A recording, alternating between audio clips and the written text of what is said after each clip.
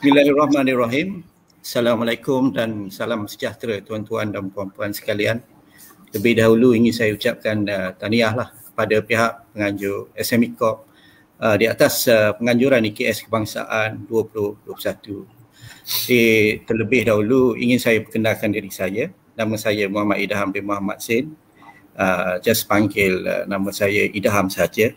Dan saya adalah pengurus MPC Terengganu. Dan juga saya akan menjadi moderator lah untuk sesi webinar pada kali ini.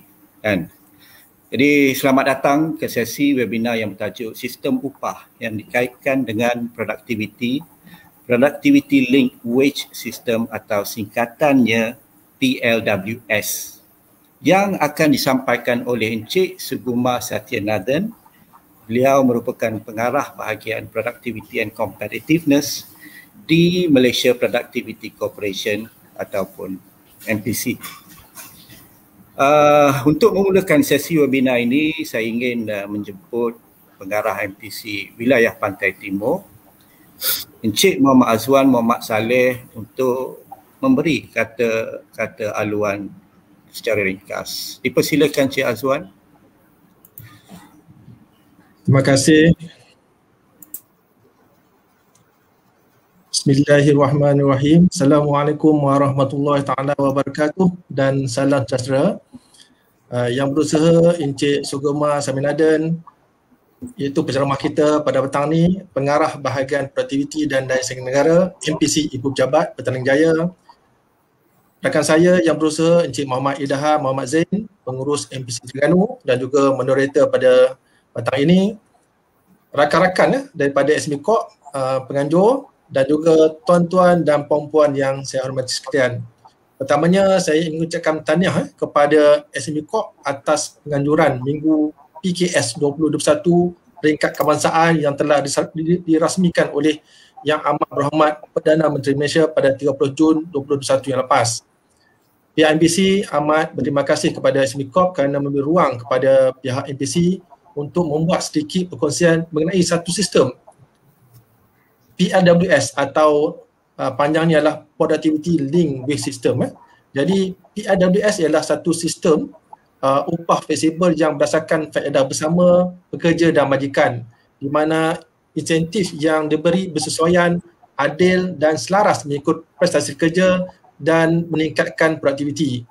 Ini adalah kaedah perkongsian keuntungan yang berkesan dalam mewujudkan keharmonian bersama yang dinamik ke arah organisasi yang berdaya saing. Selain daripada sistem PLWS ini yang banyak memberi faedah kepada syarikat, khususnya untuk peningkatan produktiviti secara umum, MPC juga mempunyai beberapa program lain yang berkaitan dengan peningkatan produktiviti syarikat seperti 5S, Lean, BE ataupun Business Excellence, program-program digitalisasi, industry forward dan lain-lain. Sebarang pertanyaan untuk tuan-tuan dan puan berkaitan dengan peningkatan produktiviti syarikat, tuan-tuan dan puan bolehlah merujuk dan mendapat khidmat nasihat daripada pegawai-pegawai MPC Terengganu. Akhir sekali saya ingin mengucapkan ribuan terima kasih kepada sekali lagi pada pihak SME Corp selaku penganjur, Encik Suguma Satyanathan, sahabat saya, dan juga peserta-peserta webinar pada hari ini. Jadi saya harapkan perkongsian PLWS ini dapat memberi manfaat kepada semua, insya-Allah. Terima kasih. Assalamualaikum warahmatullahi wabarakatuh. Terima kasih Encik Azwan di atas kata-kata aluan tadi. Jadi sebelum saya serahkan sesi ini kepada penceramah kita Encik Suguma, jadi mungkin saya boleh cerita sikitlah mengenai flow sesi kita pada hari ini. Persembahan Encik Suguma atas topik PLWS ini akan memakan masa dalam lebih kurang 45 hingga 50 minit. Jadi Encik Suguma akan buat presentation dan selepas itu kita akan buka kepada question and answer session lah. Jadi para peserta bolehlah kalau ingin bertanya mengenai tajuk PLWS ini, boleh type dekat ruangan komen di ruangan komen itu. Jadi tanpa membuang masa, saya ingin menjemput penceramah kita, Encik Suguma, untuk berkongsi mengenai tajuk PLWS. Jadi dipersilakan Encik Suguma. Okay, terima kasih our host kita Encik Idham. Also thank you for the welcoming remarks daripada pengarah Terengganu Encik Azwan. Dan selamat tengah hari tuan-tuan dan puan-puan peserta PKS. Saya Suguma Saminadan daripada unit PWS akan berkongsi berkaitan dengan sistem upah yang dikaitkan kepada aktiviti. Okay, objektif learning kita hari ini ialah untuk inculcate knowledge and motivate SMEs to implement sistem upah yang dikaitkan produktif. Kita nak berikan satu pengetahuan, perkongsian pengetahuan berkaitan dengan sistem upah yang dikaitkan produktiviti. Mungkin outside sana maybe some of you have a system but you tak panggil sebagai PWS. Saya akan terangkan secara ringkas apakah yang dimaksud dengan sistem upah yang dikaitkan produktiviti, bagaimana sistem ini membantu SMEs pada masa sekarang di bawah keadaan COVID-19 dan sebagainya, challenges dan bagaimanakah survival SME kita. Okay, apabila kita bercakap soal productivity, kita nak tahu productivity very important. Sebab productivity talking about kalau negara itu mempunyai produk tinggi, maka tinggilah dia punya pendapatan per kapita. Itu sebab tu kalau kita dapati negara-negara maju ni, dia ada pendapatan per kapita tinggi kerana produktivitinya tinggi. Jadi kalau kita nak jadi kepada negara berpendapatan tinggi, kita harus mempunyai tahap produktiviti tinggi, sebab apabila produktiviti meningkat, maka syarikat bolehlah memberi lebih banyak ganjaran ataupun bantuan dari segi upah, insentif dan sebagainya kepada pekerja. Kalau produk tak meningkat, maksudnya syarikat tidak mendapat pendapatan sewajarnya untuk membayar kepada pekerja mereka. Saya katakan ini adalah salah satu perbandingan berkaitan dengan bagaimana pentingnya produktiviti kepada pendapatan per kapita negara. Okay, so I straight away pergi kepada PLWS, apa katakan sebagai product linguist system ataupun kita katakan sistem upah yang dikatakan produktiviti. Ini adalah berkaitan dengan wealth creation, dengan wealth sharing lah. Kalau tuan-tuan perempuan ingat lagi, kita telah menerbitkan visi kemakmuran bersama, okay, pada tahun 2017, menunjukkan bagaimanakah penciptaan kekayaan itu boleh dikongsi bersama dengan pekerja-pekerja di luar sana. Apabila ada kek, kita ada 2 kek di kiri. Satu, ingredient sama, input sama untuk nak buat kek ni. You ada tepung, you ada gula, you ada yeast, you ada garam, semua sama. Kita bagi kepada kedua pihak. Tapi ada satu pihak yang menggaulkannya dengan begitu efisien sekali. Okay? Yang satu pihak tu dia buat kerja sambil lewat. Dia dapat input tapi dia tak gaulkan dengan sewajarnya, maka dapatlah kek yang berbeza. Input sama kepada syarikat tersebut. Apabila gabungan dari segi input-input ni, dari segi pekerja, capital, raw material sebagainya bagus, maka kek tu menjadi. Sebelah kanan kek tu menjadi. Apabila kek menjadi, maka proportion atau sharing yang akan dimiliki atau akan dinikmati oleh pekerja adalah lebih besar. Itu kita katakan sebagai sistem upah yang ringkas. So kita ada, kalau berlaku peningkatan produktif, maka banyaklah perkongsian yang kita boleh dapat. Jadi sistem upah ni tuan-tuan puan mempunyai makna definisi yang berbeza.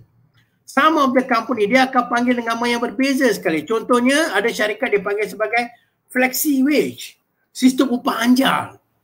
Setengah company dia pakai performance management system, sistem pengukuran prestasi. Okey, lepas tu ada yang cakap sebagai performance insentif prestasi. Okey, dan ada yang kata gain sharing, perkongsian kekayaan. Lepas tu productivity reward, okey, ganjaran productivity. Ada yang katakan pay for performance, pembayaran berdasarkan prestasi, performance based remuneration sistem upah berdasarkan kepada performance. So namanya berbeza.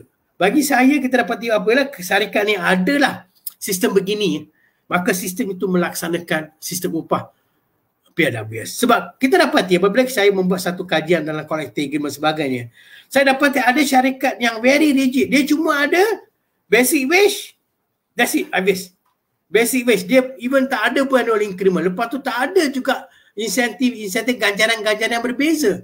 Jadi sistem upah berkooperatif ini akan memberikan satu panduan platform kepada PKS untuk mengamalkan atau mewujudkan sistem upah yang dikaitkan produktiviti.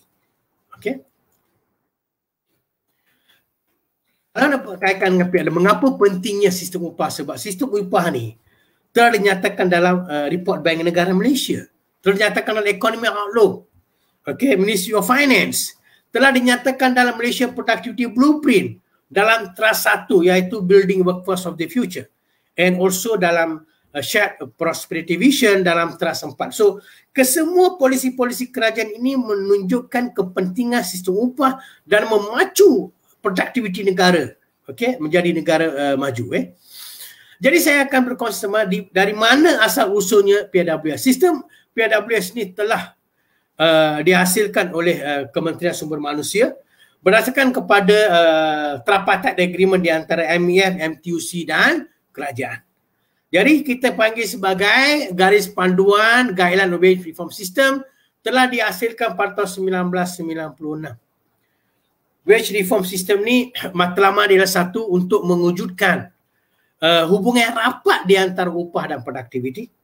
Mewujudkan satu kaedah meningkatkan produktiviti dan upah, dan memastikan penglibatan aktif daripada pekerja dalam membangunkan sistem upah, dan of course yang paling penting ialah mengkongsi kekayaan yang ada secara adil.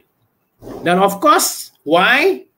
Of course, seperti saya katakan tadi, mewujudkan hubungan rapat di antara upah dan produktiviti, dan of course memastikan bahawa sistem pampasan kita adalah mengikut produktiviti. So kita nak pastikan.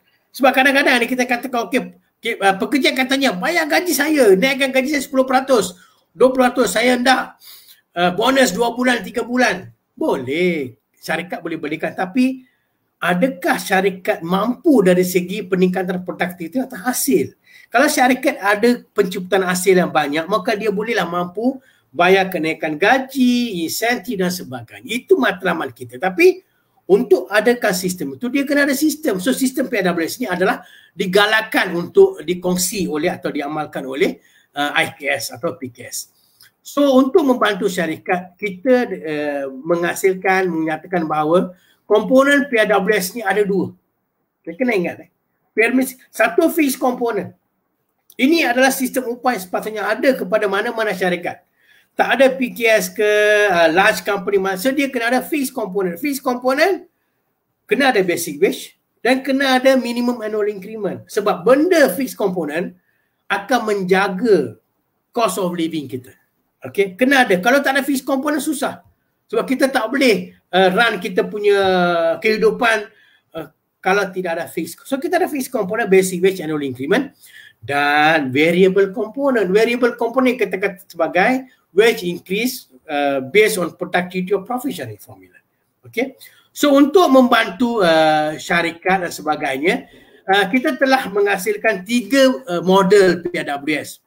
Profitability model, model keuntungan, productivity model, model productivity, dan model gabungan atau kita panggil combined model. I will share with you beberapa contoh setiap modal tersebut. Pertamanya berkaitan dengan modal keuntungan. Ini contoh dia. Syarikat ini adalah contoh-contoh yang real yang saya ekstrak daripada pengamalan sistem ini oleh PKS dan juga large company dan sebagainya. So apa syarikat ni buat ialah dia nak berikan mengamalkan sistem bonus berdasarkan kepada profitability. So dia tengok kepada profit. Syarikat dia digunakan profit after tax. Some company boleh gunakan profit before tax, after tax, selepas cukai, sebelum cukai. Ada juga macam-macam formula. So syarikat ni dia katakan, I want to use profit after tax. If the company, kalau dia berkeuntungan kurang daripada 1.5 juta, tak ada perkongsian. Sebab tuan-tuan dan puan, apabila ada keuntungan, setengah keuntungan terpaksa disimpan untuk future investment, untuk depreciation value, untuk beli barang-barang sebagainya, untuk bayar dividen kepada syarikat, bayar tax kepada kerajaan. So kita kena simpan. Kalau ada keuntungan lebih daripada 1.5 hingga 1.9 ataupun katakanlah syarikat itu mendapat keuntungan 3 juta. So bonus untuk setiap pekerja dapatlah 2 bulan. So pekerja rasa, oh syarikat ni kalau dapat keuntungan sekian-sekian saya akan dapat bonus. So ini adalah satu gambaran transparansi, ketelusan yang diamalkan oleh syarikat. Kalau tak ada sistem ni, nanti adalah tanya bos berapa bos bonus tahun ni bos? Oh itu budi bicara. Discretion.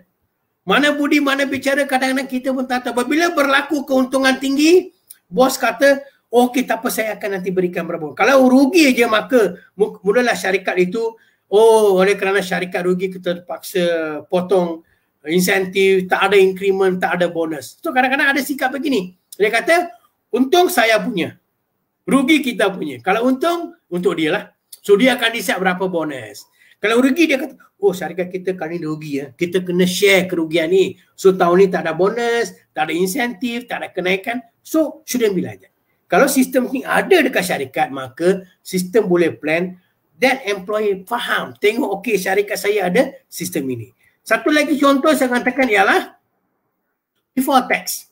Tadi after tax, sekarang before tax. Before tax maksudnya contohnya bonus. So dia ada contohnya, kalau katakanlah before tax dia dapat katakan 10 juta, dia akan dapat bonus secara bulanan, lamsam saja.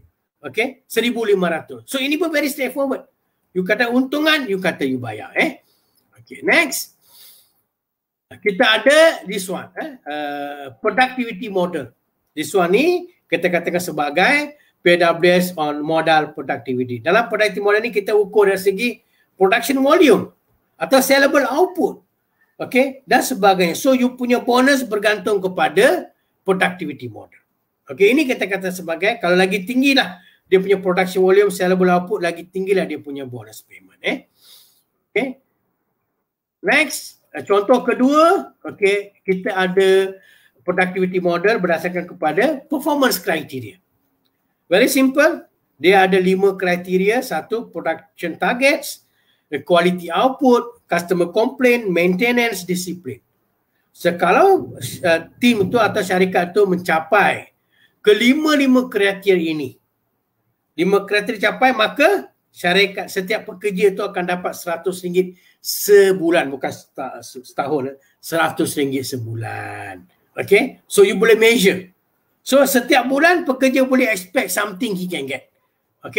The second example dalam model combine. Yang ketiga ialah combine model.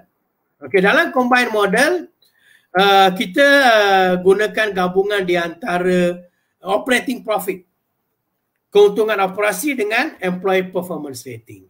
Very systematic. Kata saya nak bayar bonus bukan ikut saya punya keuntungan, saya akan tengok prestasi pekerja juga. Inilah sistem biasanya kita galakkan kepada syarikat untuk mengamal. Daripada tiga-tiga model ni, of course choice of the employers, tapi kalau boleh untuk mewujudkan keuntungan bersama, win-win situation, kita galakkan syarikat mengamalkan combine model sebab dia tengok kepada prestasi syarikat dan juga prestasi pekerja. Dan kita juga ada the combine model, profit juga. Kita ada employee performance rating sebab setiap company dia kena ada performance appraisal system. Kalau dia ada sistem, dia kena ada rating, dia akan measure based on profit of the company. So these 3 model yang kita ada, contoh-contohnya. Untuk membantu, mungkin some of the PKS akan bertanya, apakah bentuk-bentuk elemen lain yang boleh diamalkan oleh syarikat? Besides the 3 contoh tadi kan. Sekarang saya berkongsi berkaitan dengan elemen-elemen dalam komponen boleh ubah, variable component. Pertama, non-contractual bonus. Non-contractual bonus maksud dia sistem bonus yang not contractual, bukan fix. Kalau setengah CA collective dia ada fix. Kalau dia kata fix bonus ni maksud dia contractual. Every 1 year dapat 2 bulan. So fix. Company rugi ke, untung ke, sebagainya dia akan dapat 2 bulan. So kita nak pastikan kita beralih daripada fix ni kepada performance base. Seperti katakan sistem upah berdasarkan kepada keuntungan syarikat dan prestasi pekerja. So you ada contoh tadi. Lepas tu ada juga syarikat yang kita katakan mengamalkan sistem combination of both. Dia ada contractual bonus, dia pun ada non-contractual bonus. So ini bergantung kepada syarikat. Satu lagi, another element yang kita galakkan ialah salary increment based on performance. Tuan-tuan puan-puan, kita dapati bahawa setengah company ni dia bayar increment based on salary increment. kalau ada performance. Okay, dia ada fix increment 2%, 3%. Kalau you punya performance bagus, dia bagi additional increment. So ini kita nak appreciate ataupun acknowledge pekerja-pekerja yang berprestasi tinggi. So additional lah. Kalau tak ada buat macam ni, nanti kita bagi semua sama increment. Pekerja baik dengan pekerja yang kurang baik tu, dia akan wujud satu masalah di antara mereka. Okay, kita nak pastikan good performer ni, kita bagi lebih sekilas, just acknowledge dia. Okay. Dan elemen yang keempat, salary increment based on profit achievement. Ada juga syarikat yang berikan increment berdasarkan pada profitability.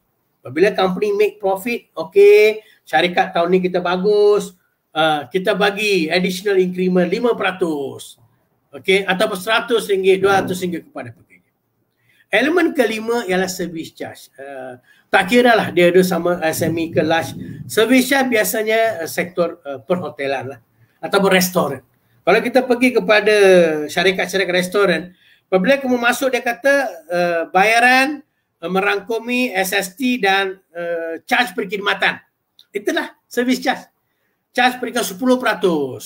So 10% tu akan dikongsi oleh majikan dan pekerja dekat restoran tersebut. Sebab kalau dia buat macam tu, barulah pekerja dekat sana tu atau waiter akan jaga atau beri good service. Kalau servis tak bagus, lain kali orang tak akan datang restoran tersebut. So untuk pastikan orang datang di restoran tersebut, maka dia kena bagi good service. Ya encik, boleh saya bantu. Berapa kali you panggil pun dia akan datang. Sebab dia dapati bahawa dia punya service charge tu akan menyumbang kepada upah yang dia akan dapat end of the month. Then piece rated system nombor 6 ialah talking about bayaran berdasarkan kepada volume. Kalau you ada keluar 100 kasut, okay, you dapat extra sekian. Kalau katakan pakaian, you setiap pakaian you dapat. So piece rated ni dia cut across. Okay, contohnya sama juga dengan sektor agri sector. Piece rated. Berapa kilo tandan, kelapa sawit, scrap getah yang kamu collect. So dia dapat dia punya insentif. Okay. Nombor 7, individual group achievement. Maksud dia insentif berdasarkan kepada prestasi individu dan kumpulan. Very important. Okay. That's why katakan you dapat combination of both. Individu bagus, group pun bagus. Lepas another number 7 ialah 8, nombor 8 ialah attendance incentive. Okay. Attendance incentive insentif kedatangan. Some company dia ada, nanti akan share beberapa contoh case study daripada syarikat yang mengamalkan attendance incentive. Then number 9 we are talking about trip incentive. Trip incentive untuk transportation lah, lori ke bus ke, tengok berapa trip okay dia hasilkan, tapi safety trip lah, not bawa laju dapat saman, tak ada. Kita nak safe trip, maksudnya bawa tanpa sebarang insentif, kemalangan dan sebagainya. Okay. Then nombor 10, okay, sales incentive. Macam tak kira lah PKS mana pun, dia ada target jualan. Dia kena ada. Kalau dia tak ada target jualan, kadang-kadang pekerja marketing ni dia buat kerja buatkannya sambil lewa je. Dia kata, oh saya dah tak target, saya buatlah kerja sambil lewa je. Kalau ada target, dia kata, kalau saya capai bulanan katakanlah 100,000 sales, saya akan dapat RM500. Dia suka. So dia kena ada sales target. Tak kisahlah apa-apa sektor, dia kena ada sales target. Dan satu lagi insentif berdasarkan kepada kos dan penjimatan masa. It's very important. Kalau contohnya bahagian kontraktor, kalau kan kontraktor tu katakan projek tu mengambil masa 2 bulan, tapi pekerja tu katakan boleh siap dalam masa 1.5 bulan. Bagus. Sebab you save dari segi kos dan juga time. Tapi saving tu kenalah bagi balik kepada pekerja dalam bentuk insentif. So next time dia akan buat kerja. Sebab kadang-kadang ni overtime, contoh salah satu overtime berlaku kerana projek tak siap kerana overtime. Dia tak buat overtime online. Dia kata bahawa saya kalau habis ni tak dapat overtime ni. Kadang dia bergantung kepada overtime. Kalau saya kerja 9 hingga 5, saya akan dapat RM2,000. Kalau buat overtime setiap 2 jam, saya akan dapat katakan RM2,500. Saya buat overtime. Walaupun dia boleh siapkan dalam tempoh yang dinyatakan. Itu very important. So kalau kita ada sistem begini, maka pekerja akan datang. Okay, pukul 9 dia akan buat. Dia engage. Okay, dia engage untuk buat kerja, dia akan pukul 5 dia siap. Semua sekali.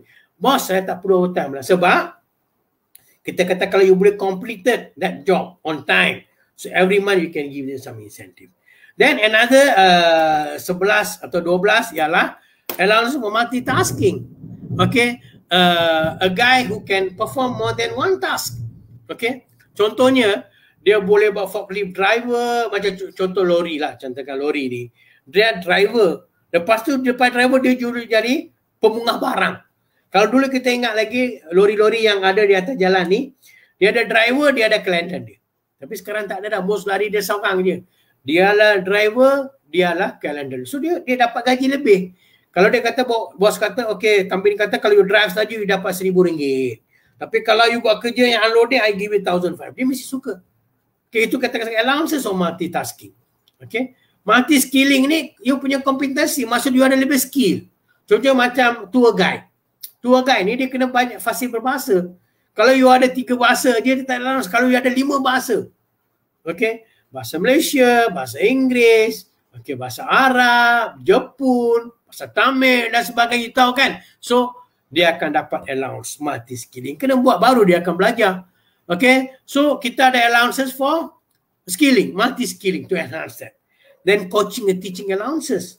Okay, kita nak pastikan bahawa ada pekerja yang pandai, senior employees yang pandai, kita nak pastikan dia transfer dia punya knowledge kepada pekerja yang bagus. Okay, Encik Ahmad, you ni pandai, you ada kerja sini sampai 20 tahun, you mesti boleh bagi some hint macam mana nak repair mesin pada masa yang singkat. So dia akan transfer knowledge lah. Tapi kenalah bagi Encik Ahmad ni RM100 untuk 1 jam dia ajar. Itu untuk coaching. Okay. Then kita ada, okay, itu dari segi elemen-elemen yang ada lebih kurang 12 elemen lah. So orang akan tanya apa untungnya saya melaksanakan sistem PWS. Mengikut satu kajian oleh Kementerian Sumber Manusia, di kalangan syarikat-syarikat yang mengamalkan PWS, kita dapati bahawa syarikat mengamalkan PWS, pertama, dia mendapat peningkatan keuntungan sebanyak 10%, peningkatan upah sebanyak 10% dan peningkatan productivity sebanyak 10%. Sebab dengan ada sistem ini kita akan memotivasikan pekerja kita untuk be produktif. Okay? Orang tanya juga, mengapa kita perlu restructure upah kita? Saya kata penting. Sebab untuk berdaya saing, kita harus melakukan adjustment kepada sistem upah yang sekarang kita ada. Contohnya pada PKS sekarang. Kalau upah very rigid, okay, very fixed, okay, dia ada fixed komponen saja, okay, variable tak ada. Bila berlaku krisis, syarikat kadang-kadang no choice. Dia kata you punya fixed komponen. Sama ada you nak ambil pay cut ke, nak kerja off pay ke atau sebagainya, dia terpaksa buat. Kalau you ada sistem upah, syarikat kata okey, krisis COVID-19 menyebabkan saya tak mampu bayar gaji secara saya cuma bayar fix saja. Kalau punya fix katakanlah RM1,200, kalau dulu campur take home pay katakan RM2,000, RM2,500, sekarang I tak mampu bayar sebab tak ada business, no income, no business, nanti dia tak ada income generation, so I can pay you only fixed component. So dia boleh aturkan, tapi kena ada sistem PWS lah. So dia bagi tahu awal ini fixed component, saya variable component. Kalau tidak, people are question, why you cut my wages? Okay, then does variable pay improve performance result? Yes. Okay, maksud dia pay for performance atau bayaran berdasarkan prestasi ni, okay, memberi kesan positif kepada prestasi syarikat. Okay, dan okay, sebab kawan tanya macam mana saya nak laksanakan sistem upah ni? Dia ada phases. Okay, phases ada 3 phases. Okay, phase 1, phase 2, phase 3. Phase 1, create conducive environment for implementation. Wujudkan persekitaran yang kondusif. Okay, untuk syarikat. Kena war-warkan. Okay, kita ada sistem, kita nak implement PWS, ini cara-cara dan sebagainya. Lepas tu kita phase 2, kita establish lah. Laksanakan sistem upah. Adakan sesi perkongsian dengan pekerja-pekerja sebagainya untuk establish sistem. Lepas tu baru kita laksanakan PWS. Jangan kita okey, saya dah dengar PWS pada seminar PKS ni, bulan depan saya akan laksanakan PWS. Tak boleh. Dengar, you buat balik phase 1, create awareness, share dengan you punya pekerja, kepada majikan atau bos you. Bos, saya ingat kita kena implement PWS lah. Ini phases 1, 2, 3. So, dia mengambil masa mungkin 6 bulan. Okey, bergantung kepada berapa cekapnya human resource yang kita ada. Okay. Dan selepas saya nak share best practice, saya nak share amalan-amalan terbaik sistem upah oleh syarikat. Ini real example. Syarikat pertama ialah sistem ini, syarikat ini dia ada fixed component, okay. Dia ada variable component. Basic wage, fixed component, basic wage, minimum wage increment, dia ada productivity, performance incentive, dia ada combined model. Okay. So formula ni apa digunakan ialah pertamanya ia digunakan formula profitability model. Model dia very simple. Okay, dia ambil figures profitable after tax, lepas tu dia gunakan monthly payroll cost. Formula bonus ialah kita ambil profit after tax bahagi dengan monthly payroll cost. Contohnya katakanlah tahun itu profit after tax 10 juta, monthly payroll katakanlah 5 juta, dia ambil 10 bagi 5, dapat 2 bulan. So everyone get. So pekerja faham, okay, berapa saya akan dapat tahun ni. Kalau kita tak transparent, kata everything budi dan bicara, kadang-kadang kita pun tak tahu mana budi mana bicara.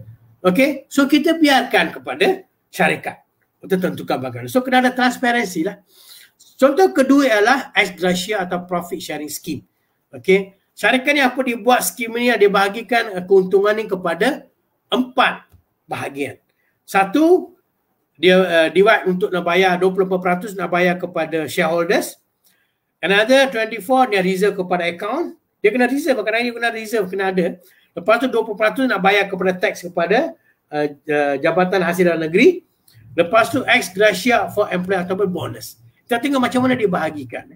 Okay, 20% reserve account ni dia satu, reserve account ni 12% ni will be for working capital. Working capital ni kita kena cash flow. Kena ada cash flow.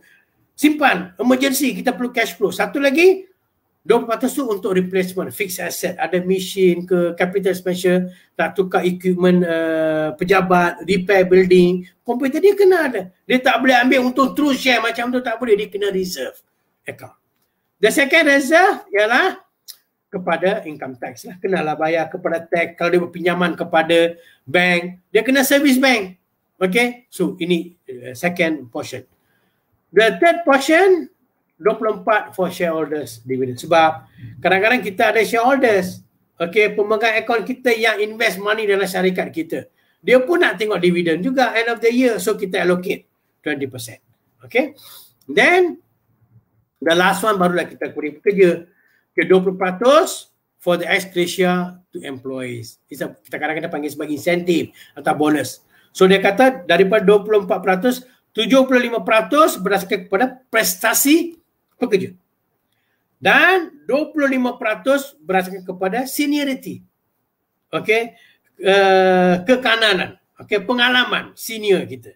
Kadang-kadang ada juga seniority kan, kita nak tengok juga bagaimana you berikan, acknowledge them. Okey, so masa dia akan share to all employees. Okay, so as gratia which determined by individual performance, productivity, seniority, so they combine both. Okay, 75% semua berprestasi, 20% berdasarkan kepada prestasi atau seniority. The third example is the combined model. Saya katakan ini contoh example. Syarikat ni dia gunakan profit, okay, less than 5 million, sama juga dia tengok kepada average performance. Dia mesti ada. Setiap syarikat dia kena ada performance appraisal system. Tuan dan puan, tak kira lah syarikat tu kecil atau besar, dia kena ada perform prestasi. Kalau tidak tak boleh, you cannot survive. Okay, very important to have that. Then how you justify, you bagi increment kasih pekerja A. Pekerja B tanya, mengapa saya tak dapat? Dia kata, okay, berdasarkan prestasi, kedatangan, punctuality, absenteeism, ini you punya markah sebagainya. Okay. Next, skill incentive. Kadang-kadang apa syarikat dia bagi kepada machine handling incentive. Kebolehan pekerja handle lebih daripada satu mesin. Kadang-kadang dia pandai. Sebab dia pandai pasal mesin. Jadi dia belajar, dia ada skills. Okay, kalau mesin A dia boleh, B pun boleh, C boleh. So dia akan dapatlah monthly allowances. Kalau mesin breakdown kat mana dia boleh pergi tolong. Okay. Dan dia juga ada mesin efficiency. Kecekapan mesin. Kalau mesin kita tak jaga betul-betul, tak ada maintenance, tiba-tiba mesin breakdown. Kalau mesin breakdown, tak efisien lah. So kalau kata mesin, kalau katakanlah setiap bulan ada 2-3 kali breakdown, dia ada mission efficiency cuma 20% saja, less than 20%, dia kan tak dapat insentif apa-apa pun. Tapi kalau mission tu kita jaga betul-betul, okay, dia boleh go for 25 hours dia boleh. Tak ada any mission breakdown, dia akan dapat insentif. So kita nak pastikan bahawa kita acknowledge, appreciate company tersebut. Okay. Then contoh ketujuh ialah bonus based on company and individual performance. These are metric system, remember? Gabungan, sistem gabungan. Satu, tengok kepada company performance based on business plan. Perancangan syarikat. You rancang berapa? Oh, kalau you rancang katakan nak capai 100,000 per month. You capai berapa? Oh, saya cuma dapat 70% saja, 70,000. So tak capai lah. Kalau katakan you rancang nak naik 100,000 per month, you dapat 120,000. So you dapatlah bawah kategori 101 to 120. Lepas tu you tengok balik outstanding pekerja. Kalau katakanlah contohnya you punya performance 85 to 100. Then pekerja ni adalah very good, dia akan dapat 1 bulan. So very simple, very straightforward. Tapi kena adalah macam ni dalam syarikat baru pekerja rasa syarikat ni very telus, transparent dan sebagainya. Okay. Then debt incentive collection. Okay, insentif pengutingan hutang. Kadang-kadang syarikat basis banyak tapi on paper banyak tapi dalam cash tak ada.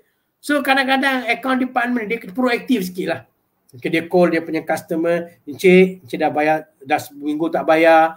So remind them. So kita incentivize jabatan perakaunan kita. Okay. Dan nombor 9, reward incentive. Okay, very important. Reward incentive very important, pastikan tidak berlaku pembaziran.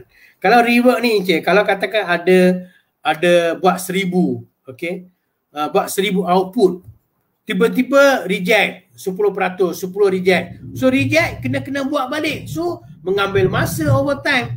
Okay, sebab kalau macam dekat Jepun ni, kalau kita dapati bahawa 100 tolak 1 kita kata 99. Biasa kan? Tapi dekat Jepun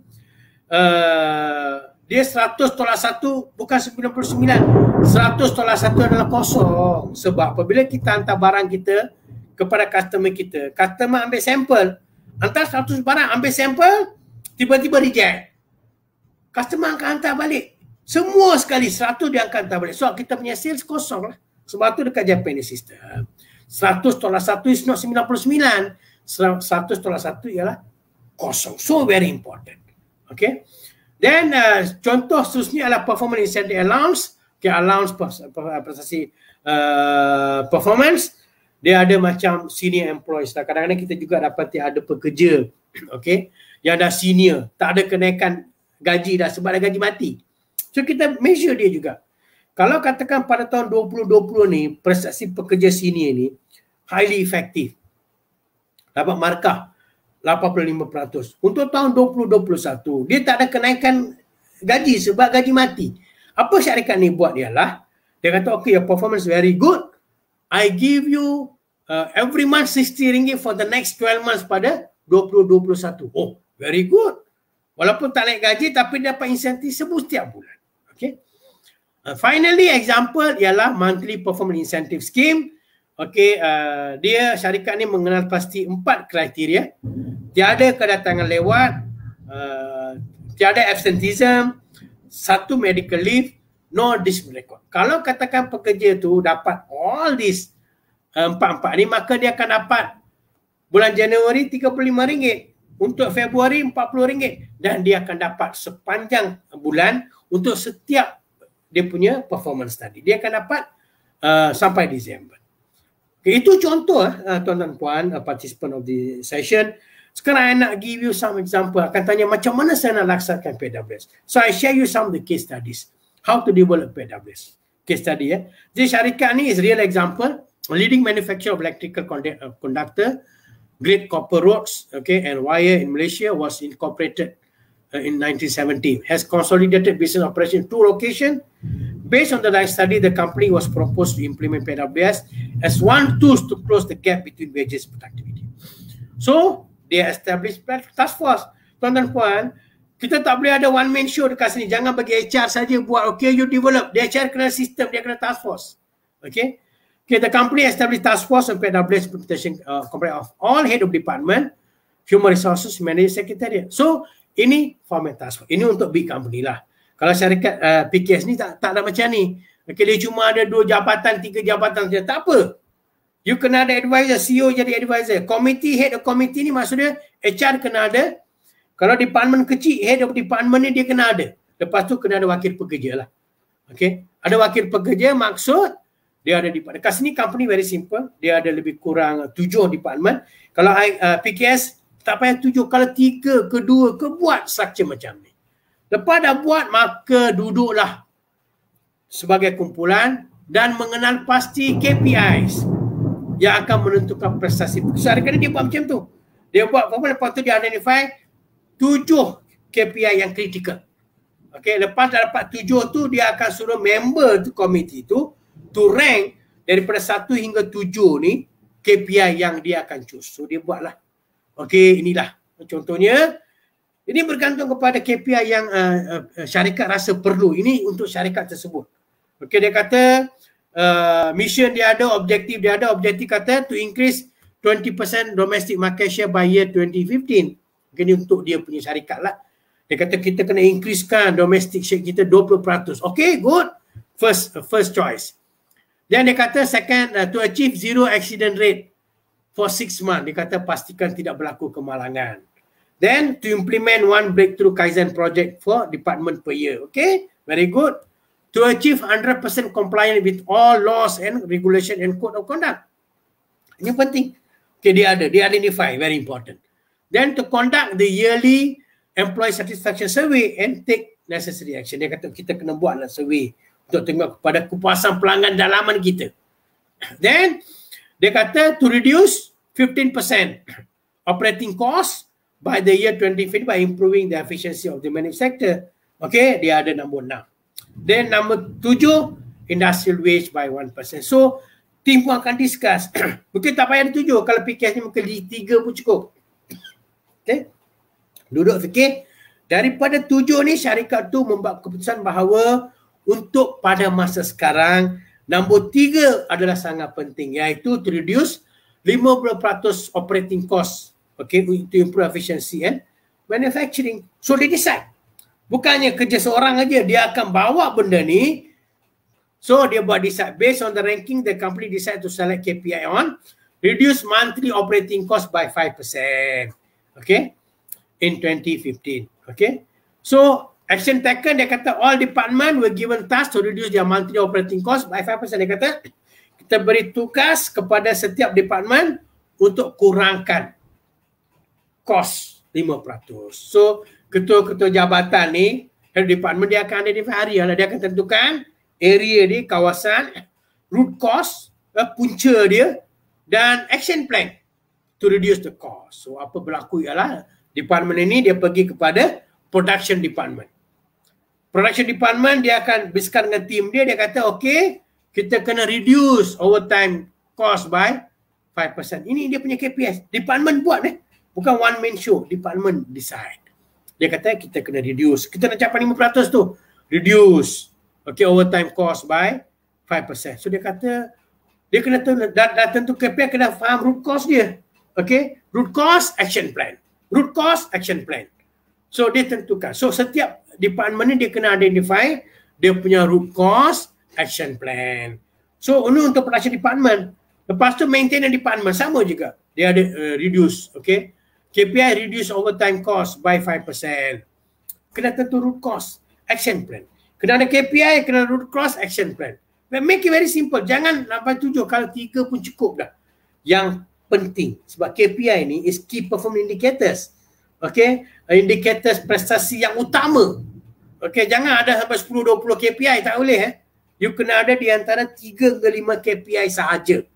Daripada tu decide, lepas tu find root cause dan tentu action plan.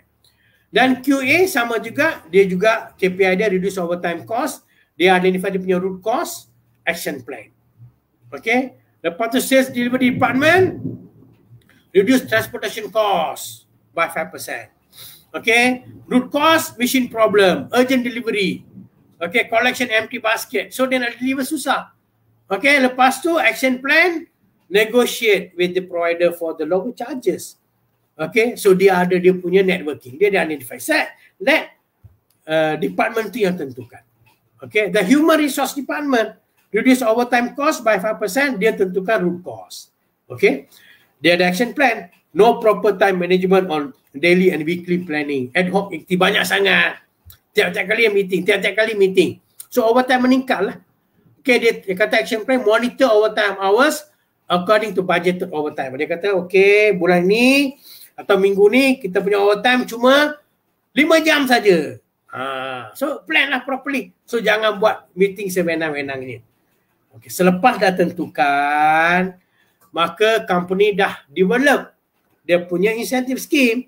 Okay, so incentive ni akan divided into 2 kategori lah. Okay, sebab berdasarkan kepada plan achievement, department achievement. Okay, apa berlaku ialah kalau dalam operating cost saving per month, maksud dia nak save less than 5, kalau katakan dia punya saving less than 5, tak ada insentif lah. Okay, sebab dia ada 2, satu plan, sebab syarikat ni dia ada 2 plan. Okay, dekat Johor, dekat Penang. So dia ada plan. So dia measure cost saving dekat plan A, plan B, lepas tu dia juga measure by department. Okay, katakan less than 5, tak ada. Dia kata tak dapat sebab kosong, sebab dia tak capai, sebab target kita ialah 5%. So katakanlah you dapat 20% cost saving. So apa berlaku ialah the plan incentive, okay, untuk plan incentive dia capai 20%, dia akan bayar 5% of basic wage. Bukan 5% semua, 5% daripada basic wage. Okay, gaji pokok. Kalau katakanlah you dapat 1,000, okay, you tengok berapa basic wage kamu, you akan dapat 5% tu. Okay, RM50. Lepas tu untuk department incentive 20%. Kalau gaji you 1,000, you akan dapat 200. Okay.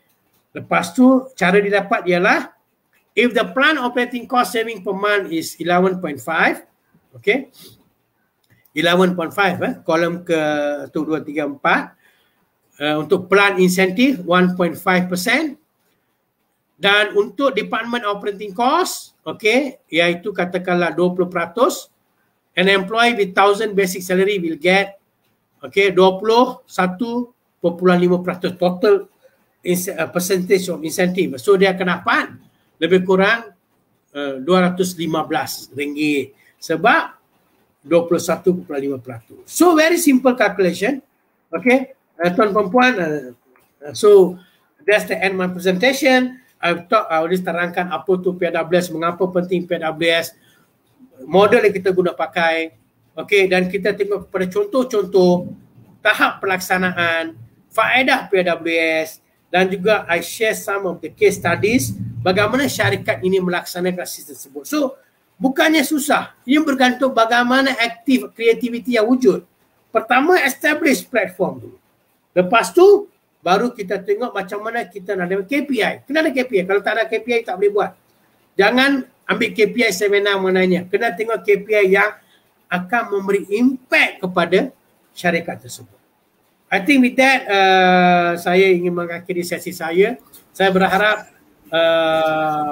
peserta-peserta sesi ini mendapat satu faedah. Bagaimana nak rebound balik dalam situasi COVID ini dengan mengalahkan sistem upah yang dikatakan produktif. Okay, I hand over to you, Encik Sam. Thank you. Terima kasih Encik Sugu atas persembahan mengenai PLWS tadi, dan saya terujalah tengok betapa pentingnya sistem PLWS untuk syarikat-syarikat kita ni ya. Jadi kesimpulannya saya rasa PLWS ni dia merupakan satu insentif lah yang diberikan bersesuaian, adil dan selaras mengikut prestasi kerja dan peningkatan produktiviti. Jadi kalau saya nak simpulkan kepentingan dan faedah PLWS kepada syarikat-syarikat ni, satu, dia mempunyai hubung kait yang rapat di antara upah dan produktiviti serta prestasi syarikat, membolehkan pekerja mendapat upah yang setimpal ya daripada peningkatan produktiviti dan peningkatan prestasi syarikat ya. Dan pembayaran upah itu juga akan diselaraskan mengikut prestasi ekonomi dan mengurangkan impak negatif terhadap pekerja dan juga syarikat. Di samping itu, ia menjamin kestabilan pekerja dan mengurangkan risiko pembuangan pekerja. Lebih-lebih lagi dalam masa sekarang ni lah. Ya. Jadi, ianya juga mewujudkan situasi win-win situation, ya, menang-menang bagi kedua-dua pihak, iaitu pekerja dan juga pihak syarikat. Ya. And then last kali, mungkin inilah yang paling penting, ya, iaitu meningkatkan motivasi pekerja dan juga kepuasan bekerja. Itulah paling penting sekali, ya. Jadi tidak dapat tidak, saya rasa sistem PRWS ni amat penting lah, ya, untuk syarikat-syarikat implement di syarikat-syarikat masing-masing. Dan seterusnya saya akan pergi kepada soalan-soalan yang kita dapat ni, Encik Subu, ya. Jadi soalan-soalan ni bila saya baca, ianya agak general, ada yang general tetapi penting.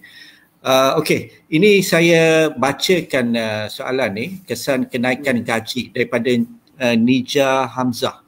Kesan kenaikan gaji pada masa panjang, ya. Kesan kenaikan gaji pada masa panjang, especially musim pandemik ini, adalah kemungkinan tak dapat ditanggung oleh syarikat PKS. Mungkin juga syarikat akan mengambil keputusan untuk kecilkan bilangan pekerja. Ya. Jadi apa pendapat Encik Sugu untuk syarikat membuat strategi untuk elakkan overhead yang tinggi? Adakah wajar increment dibuat syarikat PKS tiap tahun? Ya. Tapi kalau tak dibuat increment, kualiti kerja akan jadi sama. Jadi itu soalan dia daripada Nija Hamzah. Okay. Thank you. It's a very good question. Because currently, kalau you ada katakan PKS ni ada lebih kurang 10-20 orang pekerja. Sebab itu PKS ni very important. You dalam 10-20 ada pekerja yang berprestasi tinggi, bagus. Ada pekerja ni daripada 10 ni ada 2-3 orang ni yang selalu ponting, tak datang kerja dan sebagainya kan. So ini adalah masa, bukannya kita nak pastikan, you have no choice. Syarikat tak ada bisnes, sama ada you tutup kedai atau you structure you punya human resource. You the choice saja. Sama ada sebab you keep on paying salary, cannot. Because there is no income, business tak ada dan sebagainya. How you want to survive? You tell me. So company pertamanya harus memikir bagaimana dia structure balik dengan menyimpan pekerja-pekerja yang baik untuk syarikat tersebut. Daripada buang semua, then of course you keep a good one to make sure that you have them in the future. Sebab tu kadang kita dapati bahawa ada syarikat ni apa dibuat ialah a good performer ni dia simpan. Okey, Encik, tak apalah saya potong, katakan saya tak bayar insentif. Kalau you punya gaji 3,000, saya tak payah bayar you 2,500 saja. Sebab kadang-kadang when we want to bounce back in the future after COVID-19, you need these people. Kalau you buang semua sekali, you nak cari pekerja baru, you kena train balik.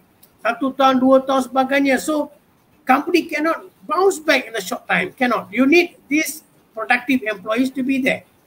Of course, I agree with you that at the situation, you cannot see company ni dia ada choice tau. Satu, sama dia nak hutang untuk bayar gaji ke ataupun nak survive. Setelah kita sikit-sikit nak hutang-hutang nak bayar gaji, you cannot survive in the long run. So you must very careful. Of course susah, tapi you keep a good performance in your company. Of course, macam then after that you take back lah. Macam Tony Fernandez kan dia kata 200 kapal tu dah semuanya tak boleh pakai dekat the store. Tapi dia kata when the company bounce back, you will take back a good employee. So that's the way it should be. Okay? Okay, terima kasih Cik Suguma for the answer just now. Jadi kita ada soalan kedua ni daripada Eja Nazmi ni. Dia cakap, dear sir, profit sharing to fixed percent ke? Atau company boleh buat sendiri? Tapi contohlah company nak set aside cash reserve sendiri, nak kena calculate juga ke? Itu soalan dia. Okay. This is a very real example because why? Contoh tadi adalah contoh yang syarikat tu amalkan. So it's not copy and paste. You cannot have copy paste. You ambil syarikat tu masuk tak boleh. You kena adapt and adopt. Kalau katakan keuntungan tu threshold tu katakan company tu bolehlah 1.5 million, kalau kurang tak bayar, tapi kalau syarikat lain threshold dia berbeza. So kita beri kebenaran ataupun creativity kepada syarikat bagaimana dia punya profit sharing system should be. Okay, kalau tidak susah, you tak boleh ada follow others dan masukkan begitu. Okay, so you leave it to the company to come up with their own system lah. Alright. So tak boleh copy and paste ya? Ya, tak boleh. Okay, faham. Alright. Now kita pergi kepada soalan satu lagi ni. Yang ni penting ni. Jika PKS yang bersaiz kecil ingin melaksanakan sistem PLWS, apakah langkah pertama yang perlu dilakukan oleh PKS? Since Pantai Timur ni kebanyakannya bersaiz kecil, jadi very relevant to them lah. Okay. Over to you. Okay, thank you. So I think this is a very relevant question because why? Kalau micro ni less than 5% tu 5 employee tu micro. Kurang 5, lebih tu dia masuk SME kategori. Tetapi tak kira lah company itu kecil ke besar ke, you need a system. Dia mesti ada pekerja, bukannya robot yang bekerja dekat syarikat tersebut. You ada 5 pekerja ke 10 pekerja, you kena ada sistem. So saya katakan tadi, pertamanya phases of implementation. Okay, phase 1, phase 2, phase 2. Kena ada 10 ke, terangkan dia, war-war. Kata you develop sistem tersebut. Okay, then you tengok macam mana sistem. Lepas tu, follow balik case tadi saya katakan tadi. Duduk sekali, 10. Okay, buat brainstorming. Okay, yang tadi tu banyak department, 7 very big. Tapi untuk kalau yang micro ni, dia tak ada banyak department. Dia lah marketing manager, dia lah finance manager, lepas tu adalah marketing soal sikit. So, dia orang duduk, 5, fikir, brainstorm. Apa kita kena buat? KPI. 3-5 cukup. Oh, saya ingat kita punya isu adalah kita punya branding. Orang tak kenal kita. Find out. Kita nak increase marketing share. Find out. Okay, I think kita nak kurangkan reject ni banyak sangat lah. Customer complain banyak. Okay, identify. So, identify few KPIs and tackle it and put reasonably set KPIs lah. Kalau katakan you nak naik marketing share, janganlah 50%. Memang tak logik. Okay, marketing share meningkat 5%. Increase. Okay, so that's the first thing that they can lakukan. So, duduk together, come out with few KPIs, okay, create awareness, then you start the ball rolling. Okay, jangan harapkan very good KPIs. Good or bad KPI bergantung kepada bagaimana syarikat itu come up with the KPIs. Okay, so you must very careful. Tengok kepada KPI yang ada impact kepada syarikat. Jangan ada KPI bagus, tadi tak ada impact pun, tak ada. Okay, that's important. Okay. Okay. Thank you, Mr. Sugu. So KPI is very important lah. Set KPI yang betul dulu ya. Yes. Untuk syarikat-syarikat ni mungkin dia boleh adakan sesi brainstorming lah antara pekerja mereka untuk think about those KPI. Okay, kita pergi kepada soalan seterusnya ya. Bagaimana menguruskan isu integriti dalam pemberian ganjaran berdasarkan sistem PLWS ni untuk elakkan berat sebelah, campur tangan pengurusan dan pilih kasih. Kan? Okay. Itulah pentingnya sistem PWS. Kita dah pastikan wujud ketelusan, transparansi. Kalau katakanlah you tak ada sistem PWS, tiba-tiba ada keuntungan, tiba-tiba majikan kata okey, A dapat 2 bulan, you 1 bulan. Apa justifikasi dia? Tak ada, sebab you tak ada plan, you tak ada model PWS. Kalau kita ambil contoh model combine tadi, profit sekian, prestasi sekian.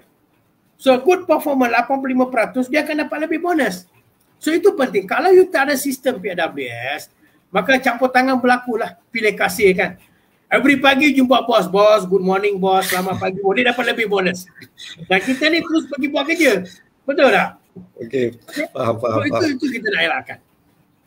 So dengan ada PLWS tu, integriti tu lagi tinggi lah.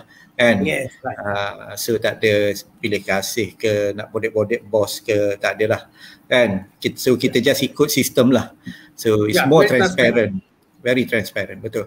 Okay, soalan ketiga ya. Soalan ketiga, syarikat telah ada unsur-unsur pelaksanaan PLWS seperti bonus, allowance, kehadiran dan company trip. Kan, ada syarikat yang bawa pekerja untuk company trip lah. Kan? Jadi apakah langkah seterusnya bagi syarikat? Kan? Okay. Very good, because the company already have a system. Tetapi sistem ni cannot rigid. Rigid ni maksud dia 5 tahun macam tu, 10 tahun macam, you kena move forward. Flexibility must ada. Kalau dah ada bonus, tengok macam mana bonus. Profitability bonus ke combined model. Kalau macam allow kehadiran, kedatangan, tapi kalau saya share tadi, ada 4 kriteria. Buat balik kriteria tu. Absenteeism, punctuality, discipline, MC. So not kehadiran alone. Tengok how you want to make it creative kind of ilmu. Company trip, tengok ada. Kalau benda ni dah ada, saya talk about 12 elemen tadi dalam PWS. So kalau ada 3 tambah baik. Okay, it should be a progressive kind of PWS system. It's not rigid. Okay, so because why? Then you can create better working condition, motivate the employees sebagainya lah. Okay. Oh, okey. Terima kasih atas jawapan tadi Encik Suguma. So saya dah nampak dah masa di skrin kita. Kita dah ngam-ngam satu jam kita bersiaran secara langsung ni. Kan? Okey. Mungkin saya mintalah Encik Suguma kalau ada last advice untuk syarikat-syarikat khususnya PKS lah yang ingin melaksanakan sistem PLWS ni. Kalau ada nasihat yang boleh share. Okey. Pertamanya saya kira syarikat mikro, KSME sebagainya, you must relook your compensation system. Sebab kita ada majikan, kita ada pekerja. Kita bukannya NGO, pekerja datang untuk gaji, kena ingat. Kalau NGO tak adalah, tak ada gaji dapat insentif, tapi kita talk about survival. Okay, we talk about survival, kalau pekerja seronok dapat gaji, dia motivated. Okay, you kena ada sistem dekat sana. So kalau sistem tak ada, wujudkan sistem fixed component, variable component. Let them have a system. Okay, dia kata syarikat saya ni ada visi kemakmuran bersama. Okay, kemakmuran bersama atau wealth creation, wealth sharing, bagus. So lepas tu ada syarikat yang bagus, so dia akan jadi pilihan kepada pekerja. So this is the right time for companies lah to restructure dia punya wage system. Okay, bagaimana nak menghadapi impact COVID-19, how you want to rebound. Okay, reset, reform, rebound for survival. It's not talking about survival, talking about how you want to survive, very important. You need employees. Majikan perlukan pekerja, pekerja perlukan majikan. Kalau pekerja tak ada, majikan tak ada. Kalau majikan tak ada, pekerja pun tak ada. Cannot. Each of us adalah saling kebergantungan dan sama lain. Kalau dua-duanya prosper, maka kita katakan kita akan mencapailah visi kemakmuran bersama, talking about pengujudan kekayaan dan perkongsian kekayaan. So my advice PKS, please restructure your wage system, go towards PWS system for survival now and for the future. That's all. Thank you, Idham.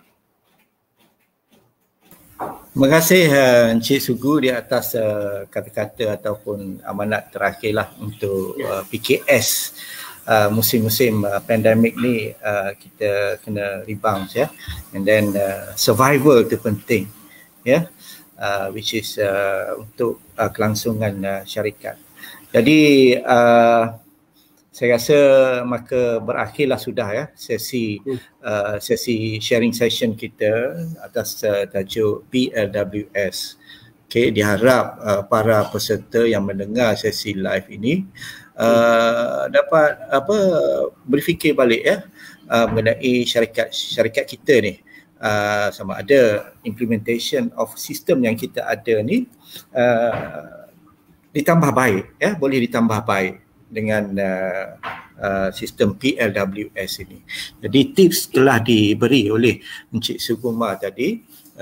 PKS memang boleh implement ya sistem PLWS ni. Jadi terima kasih sekali lagi Encik Suguma Saminaden, rakan saya daripada MPC HQ ya. MPC HQ, beliau merupakan expert dalam bidang PLWS ni dalam negara dan juga di luar negara ya. Bukan setakat di Malaysia, beliau juga expert international. ya. Jadi tak silap saya Asian Productivity Organisation juga biasa memanggil beliau untuk sharing knowledge on PLWS. Ya, terima kasih sekali lagi Encik Suguma masa yang just one thing. Kalau PKS perlukan sebarang bantuan, I dah masukkan email espo@mpc.gov.my. Kalau ada syarikat PKS perlukan sebarang nasihat dan sebagainya, bolehlah email terus kepada unit saya. Saya ada beberapa office sebagainya. So kalau ini ada sebarang query atau bantuan atau perlukan some briefing kepada syarikat-syarikat yang tuan-tuan perlukan, so email lah kepada email yang spesifik ini, espo@mpc.gov.my. That's all, thank you. Terima kasih. Saya baru nak pergi kepada benda tu sebenarnya. Tapi Suguma dah very advanced. Thank you very much. Jadi jadi boleh tengok dekat layar ni espo@mpc.gov.my. Ya, kalau pihak-pihak syarikat-syarikat ingin tahu lebih lanjut atau mendapat khidmat nasihat mengenai PLWS ataupun ESPO ni. Ya, dan juga kami di MPC ada pejabat-pejabat wilayah. Ya. Jadi mereka juga boleh menghubungi pejabat wilayah di negeri-negeri. Ya, contohnya di Terengganu kami di pejabat KUT. Ya, boleh hubungi kami lah. Saya, Encik Idham, pegawai dan pegawai saya, Encik Osni dan Puan Muhazli Zawati. Nak tahu lebih lanjut berkenaan dengan sistem PLWS. Dengan itu, terima kasih ya saya ucapkan kepada pihak penganjur kita SME Corp, ya, khususnya SME Corp Terengganu kerana memberi ruang kepada Malaysia Productivity Corporation MPC untuk berkongsi lah sedikit mengenai apa yang kami buat, dan salah satunya adalah PLWS. Ya, kami ada buat banyak lagi benda-benda untuk peningkatan produktiviti syarikat, negeri dan juga negara. Ya, jadi jangan segan silu. Kalau ada apa-apa masalah berhubung kait dengan produktiviti, boleh hubungi kami di MPC. Dengan itu terima kasih semua. Saya ucapkan saya tamatkanlah sesi siaran ini. Semoga kita berjumpa lagi di tahun hadapan. Hopefully pihak SME Corp akan memberi peluang lagi kepada MPC untuk sharing knowledge. Okey, terima kasih semua. Thank you very much. Terima kasih semua. Thank you. Bye. Thank you. Bye.